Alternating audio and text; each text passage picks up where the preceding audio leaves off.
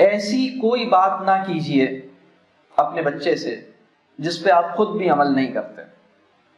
بہت سے پیرنٹس اپنے بچوں سے وہ باتیں ڈیمانڈ کرتے ہیں اور وہ کام کروانا چاہتے ہیں جس کو وہ خود بھی اپنی عمل میں اپنی زندگی میں نہیں لے کے آ سکیں. قرآن کی بڑی واضح آیت ہے، سورہ صف کی آیت ہے، یا ایھا الذین آمنوا لما تقولون ما لا تفعلون. اے لوگو جو ایمان لائے ہو، تم کیوں ایسی بات کرتے ہو جس کو تم خود جس پہ عمل نہیں کرتے. اور پھر اس کی اگلی آیت یہ ہے، کبر مقتا عند اللہ ان تقولوا ما لا تفعلون. بہت ہی سخت ناپسندیدہ ہیں اللہ کی نگاہ میں وہ لوگ جو ایسی باتیں کریں جس پہ وہ عمل نہ کریں. تو آپ اپنے بچے سے، ہم ہر وقت اپنے بچے سے بہت سے ایسے کام کروانا چاہتے ہیں جو ہم خود نہیں کر رہے. ہم ان کو ٹھیک رکھنا چاہتے ہیں، ان کو اچھا بنانا چاہتے ہیں، خود اچھا ہوئے بغیر. اگر ہم چاہتے ہیں کہ ہمارے بچے اچھی زندگی اختیار کریں، اچھے اخلاق سیکھیں، تو ہمیں خود اچھے اخلاق سیکھنے کی ضرورت ہے اور اپنے بچوں کو اپنے سے جوڑنے کی ضرورت ہے. اللہ سے ڈرانے کے نتیجے میں اللہ کا ڈر نہیں پیدا ہوگا ان میں، بلکہ ان کے اندر اللہ کا ڈر اس وقت پیدا ہوگا جب وہ اللہ سے ڈرنے والے انسان سے تعلق میں آئیں گے. ہم میں سے کسی بھی انسان کے اندر اگر اللہ کا ڈر پیدا ہوا ہے، اس وجہ سے نہیں پیدا ہوا ہے کہ کوئی انسان ہمیں اللہ سے ڈرائے جا رہا تھا، بلکہ اس وجہ سے پیدا ہوا ہے کہ ہم اللہ سے ڈرنے والے انسان سے تعلق میں آئے تھے. کوئی ایسا انسان تھا جو خود اللہ سے ڈرتا تھا اور اس سے تعلق میں آ گئے تھے. تو وہ ماں جو اللہ سے ڈرتی ہے اور اپنے بچے کی پسندیدہ انسان، وہ باپ جو اللہ سے ڈرتا ہے اور اپنے بچے کا پسندیدہ انسان ہے، اس کا بچہ دنیا کے بہترین مدرسے میں آلریڈی ہے، اس کی بہترین دینی تعلیم آلریڈی ہو رہی ہے. بچوں کا پرابلم یہ ہے، وہ پریشان ہوتے ہیں کہ میرے ابو اور میری امی اللہ سے ڈراتے تو رہتے ہیں، اللہ سے ڈرتے نہیں ہیں. اللہ کا تذکرہ ڈرانے کے لیے کرتے ہیں، ڈرتے ہوئے نہیں کرتے. تو یہ ہم اسے اس بات پہ ڈرا رہے ہیں کہ اگر اللہ نے دیکھو یہ تمہارا عمل ہے، اس پہ تمہیں گناہ ملے گا، اور تم جب اللہ کے یہاں جاؤ گے تمہاری بڑی پکڑ ہوگی، توبہ کرو. جس بچے سے ہم یہ جملہ کہہ رہے ہیں نا، ہم اس بچے کے جھوٹ بولنے پہ اس کو شرمندہ کر رہے ہیں جس نے ساری زندگی میں چوتھا جھوٹ بولا ہے. وہ انسان جس نے ساری زندگی میں 3500 جھوٹ بولے ہیں، وہ اس بچے کو چوتھا جھوٹ بولنے پہ شرمندہ کر رہا ہے جس نے پوری زندگی میں 3-4 جھوٹ بولے ہیں، اور اس کو یہ کہہ رہا ہے کہ جب تم جاؤ گے نا تو تمہاری بڑی سخت پکڑ ہوگی. اگر یہ بچہ ابھی انتقال فرما جائے، 12 سال 11 سال کا بچہ انتقال فرما جائے، جس نے جھوٹ بولا تھا، جس کے جھوٹ بولنے پر آپ نے اس کی پکڑ کی تھی، جس کے جھوٹ بولنے پہ آپ اسے شرمندہ کر رہے تھے، یہ اگر ابھی انتقال فرما جائے 12 سال کا بچہ، تو سیدھا کہاں جائے گا؟ کہاں جائے گا؟ جنت میں جائے گا یا نہیں جائے گا؟ جائے گا. حالانکہ آپ اسے جھوٹ پہ بڑی سخت پکڑ کر رہے تھے. اور اگر ہمارا انتقال ہو جائے تو ہم اس یقین کے ساتھ نہیں کہہ سکتے کہ ہم جنت میں جائیں گے، کیونکہ ہمارے اعمال، بچے نے جتنے بھی جھوٹ بولے ہیں، ہمیں اس احساس کے ساتھ اس کی اصلاح کرنی ہے کہ میں نے یقیناً اس سے زیادہ ہی بولے. کیا کوئی والد یا والدہ یہ دعویٰ کر سکتا ہے کہ میں نے اپنے بچے سے کم جھوٹ بولے ہوں گے اپنی زندگی میں؟ کوئی یہ دعویٰ کر سکتا ہے؟ ہم میں سے کوئی یہ دعویٰ کر سکتا ہے کہ میرے بچے نے جتنے غلط کام کیے ہیں اس سے کم غلط کام میں نے کیے ہوں گے؟ کوئی والد یا والدہ یہ دعویٰ کر سکتا ہے کہ میرے بچے نے جتنے گناہ کیے ہیں اس سے کم میں نے کیے ہوں گے؟ کوئی والد یا والدہ یہ دعویٰ کر سکتا ہے؟ بلوغت سے پہلے تو اس نے جو کچھ بھی کیا ہے اس کی تو پکڑ ہی نہیں ہے اس کے لیے. بلوغت کے بعد بھی اگر آپ کا بچہ 19 سال کا بھی ہے، 18 سال کا بھی ہے، اور آپ 40 سال کے ہیں، 35 سال کے ہیں، 50 سال کے ہیں، آپ یہ دعویٰ کر سکتے ہیں؟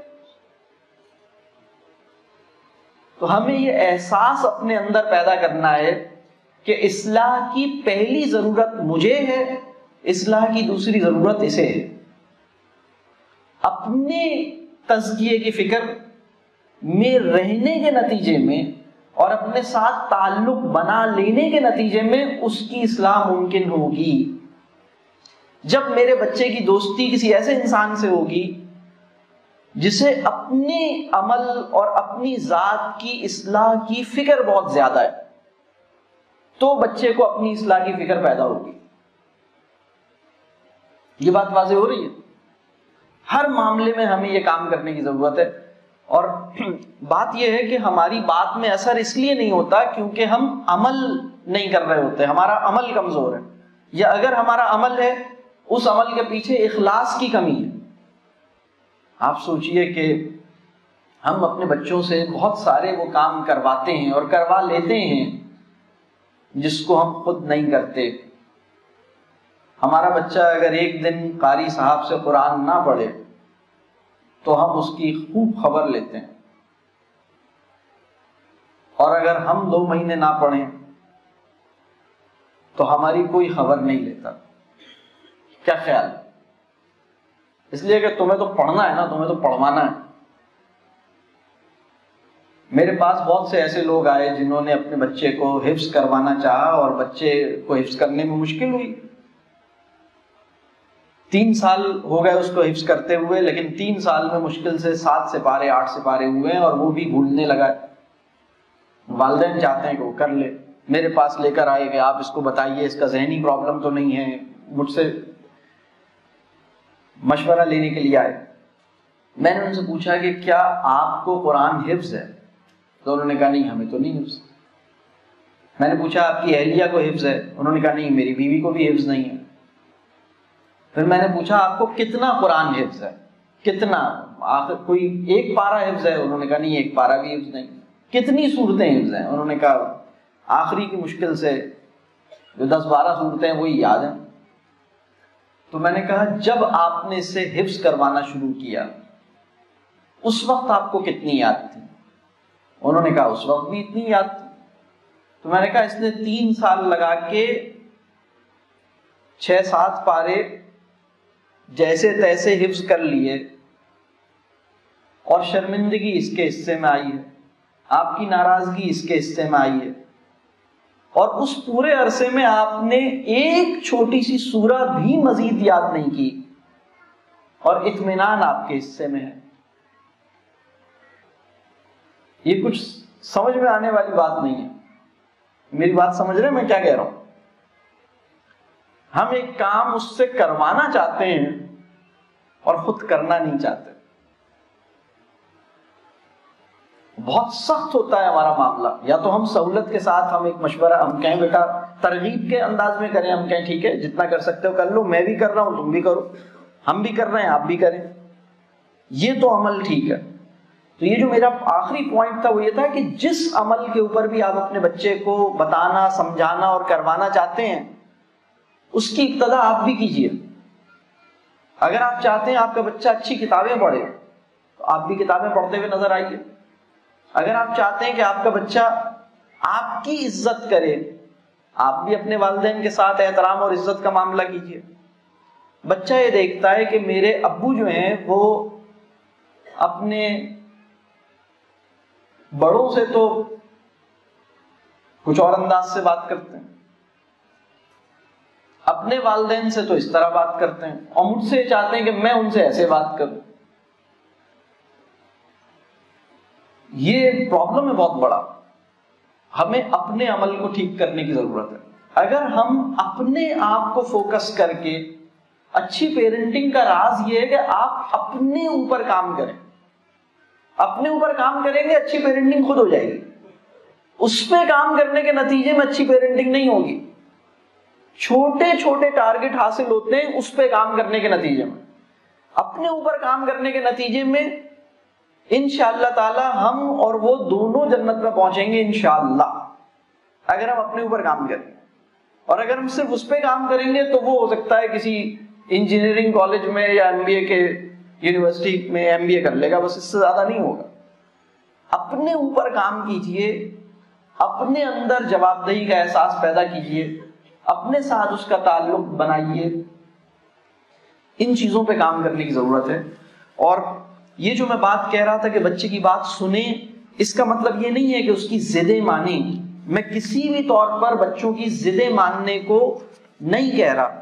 میں یہ کہہ رہا ہوں کہ وہ چیز جو اس کی جائز بات ہے، جو اس کی ضرورت ہے جائز، صرف اس کو پورا کیجیے.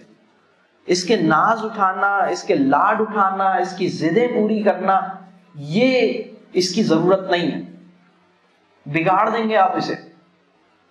اپنے خوف اور اپنے لاڈ سے بچانے کی ذمہ داری قبول کیجیے.